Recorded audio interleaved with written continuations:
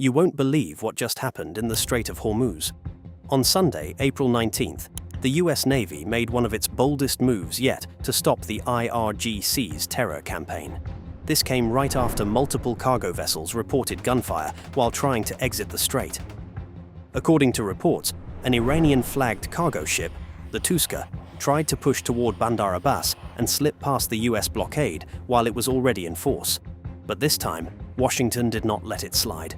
According to President Trump's post on Truth Social, the US had given the vessel repeated warnings to stop, warnings that were ignored for hours. And once the Tuska kept pushing forward, the confrontation moved from warning to enforcement. According to US Central Command's account, the USS Spruance first ordered the crew to evacuate the engine room.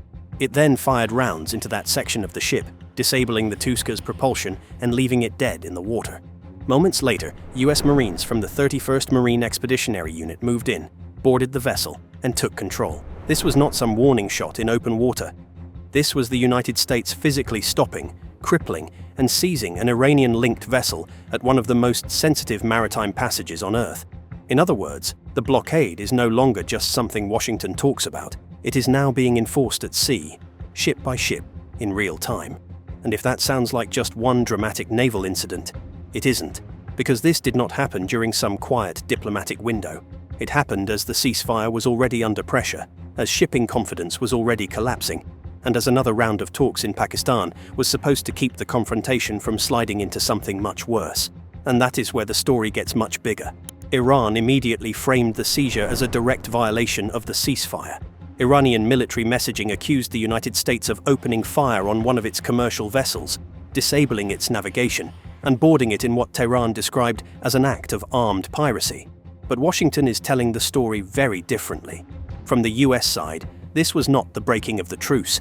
It was the enforcement of a blockade after Iran had already turned the strait into a pressure point through threats, restrictions, and gunfire near civilian shipping. And that blame spiral is exactly why the ceasefire now looks far weaker than it did just days ago. Because once both sides start pointing to the same incident as proof that the other side broke the truce first, the ceasefire stops functioning like a real pause. It starts functioning like diplomatic cover for a confrontation that is already back in motion. This is not what stable de-escalation looks like. This is what a ceasefire looks like when it is already beginning to collapse under the weight of events at sea. Because this clash near Hormuz did not happen in isolation from the talks. It happened right as another round of negotiations in Pakistan was supposed to keep the crisis from spiraling further. But now, Tehran is signaling that it may not even show up. Reuters reported that Iran currently has no decision to send a delegation to Pakistan while the blockade remains in place, while the US says its delegation is still prepared to go. So the real problem is no longer just that the talks are difficult. The problem is that one side now sees diplomacy as happening under direct coercion, while the other sees coercion as the only thing giving diplomacy leverage in the first place. This tells us something important. The clash over the Tuska was not just about one ship. It was about the blockade itself. After earlier talks failed to produce a durable arrangement, Washington announced a naval blockade targeting ships going to or from Iranian ports, while still saying broader navigation rights for non-Iranian destinations would be preserved. That selective design was always going to be dangerous. Because a total closure is blunt and obvious, a selective blockade is much harder, as every ship becomes a judgment call. And that is why Iran's response has hardened so fast. Tehran is no longer simply saying the blockade is unfair. It is signaling that Hormuz will not remain open under US pressure. Reuters reported that Iran had said passage could remain open only under certain conditions, while other reporting showed that position hardening again as the blockade stayed in place. That is a major escalation in posture, because it shifts the argument from the US has no right to do this to if you keep doing this, the strait itself becomes a battlefield. Because once Tehran signals that Hormuz itself may no longer remain open under US pressure, the first people to feel it are not diplomats. They are crews, cargo vessels, insurers, and shipping firms caught in the middle of a confrontation they do not control. This is no longer just a ceasefire dispute between Washington and Tehran. It is now a live crisis for civilian shipping moving through one of the most important trade arteries on Earth. Reuters reported at least 2 merchant vessels said they were hit by gunfire as they attempted to cross the strait, while India flagged deep concern after 2 Indian-flagged ships were caught in the same danger zone. This is where the ceasefire starts looking less like de-escalation and more like a pause both sides used for very different reasons. From Washington's point of view, the pause bought time to assess what comes next, keep the pressure architecture in place, and tighten the noose around Iran's maritime access through Hormuz. The blockade stayed in force, enforcement kept hardening, and by the time the Tuska was stopped, the American message was already clear. This was not a symbolic pressure campaign anymore. It was becoming a live system of coercion at sea. Tehran, however, appears to have read that same pause very differently. Iran's own public messaging suggests it never saw the ceasefire as a moment of trust.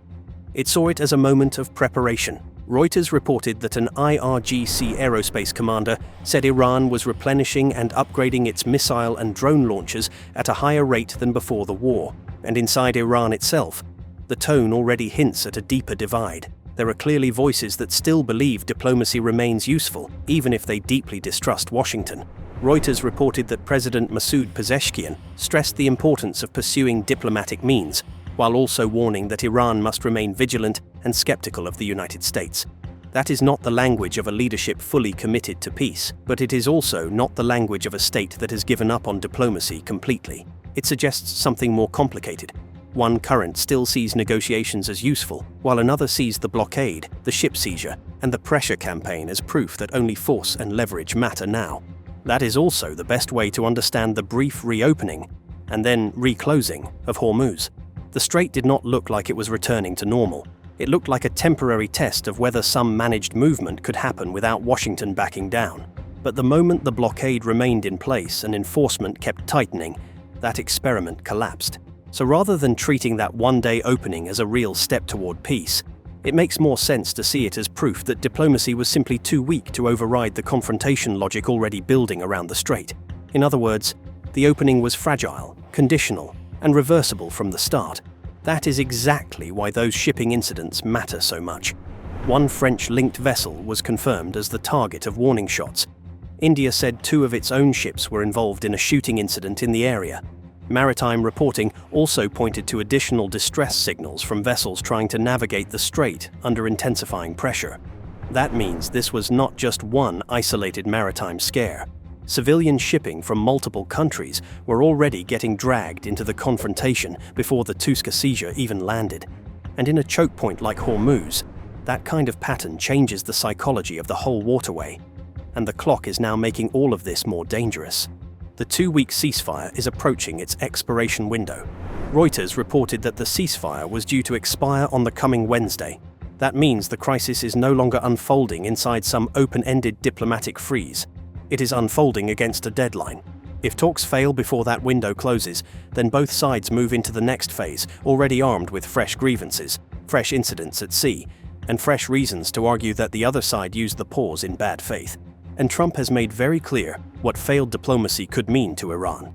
He has already threatened to strike Iranian bridges and power plants if a deal is not reached. That matters, because it means Iran is not just staring down a blockade anymore.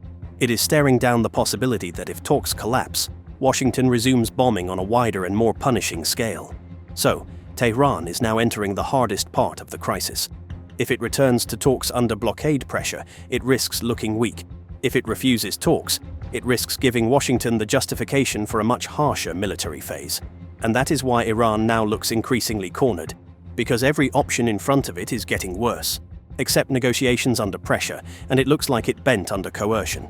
Reject negotiations, and it risks inviting a broader US strike campaign. Push harder in Hormuz, and it risks more seizures, more clashes, more commercial panic, and more international pressure. That is what makes this moment so dangerous.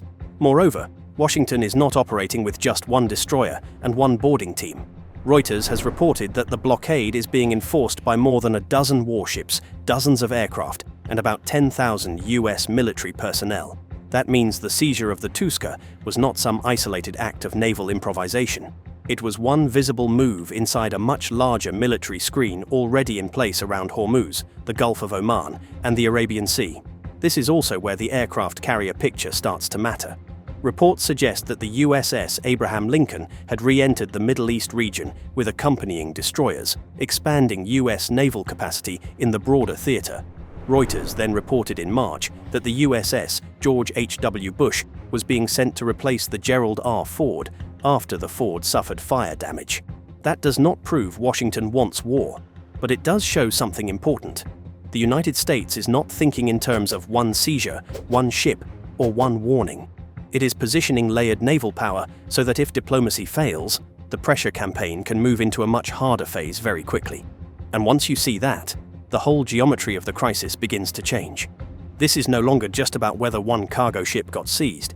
It is about whether Washington has now built a system that can squeeze Iran at sea, choke its room for maneuver, and force every next Iranian response to come from a weaker and riskier position than the last.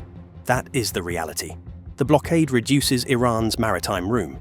The seizure of the Tuska proves the blockade is enforceable. The blame spiral hollows out the ceasefire. The uncertainty over Pakistan hollows out diplomacy. The infrastructure threats raise the cost of saying no. And the US force posture suggests Washington is not just pressuring Iran, it is preparing for the possibility that pressure fails. That is what strategic entrapment looks like. Not just pressure from the outside, but a shrinking set of responses that are all ugly.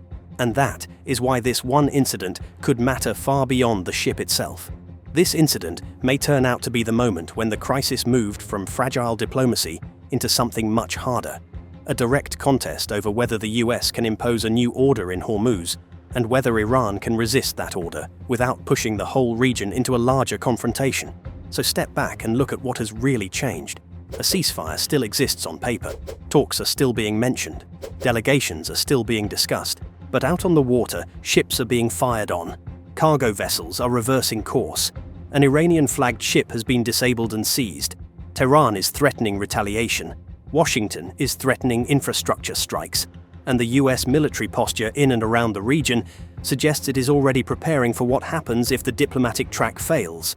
That is not what peace looks like. That is what a confrontation looks like when both sides are still pretending the door to diplomacy has not fully closed. And that is what makes this next phase so dangerous.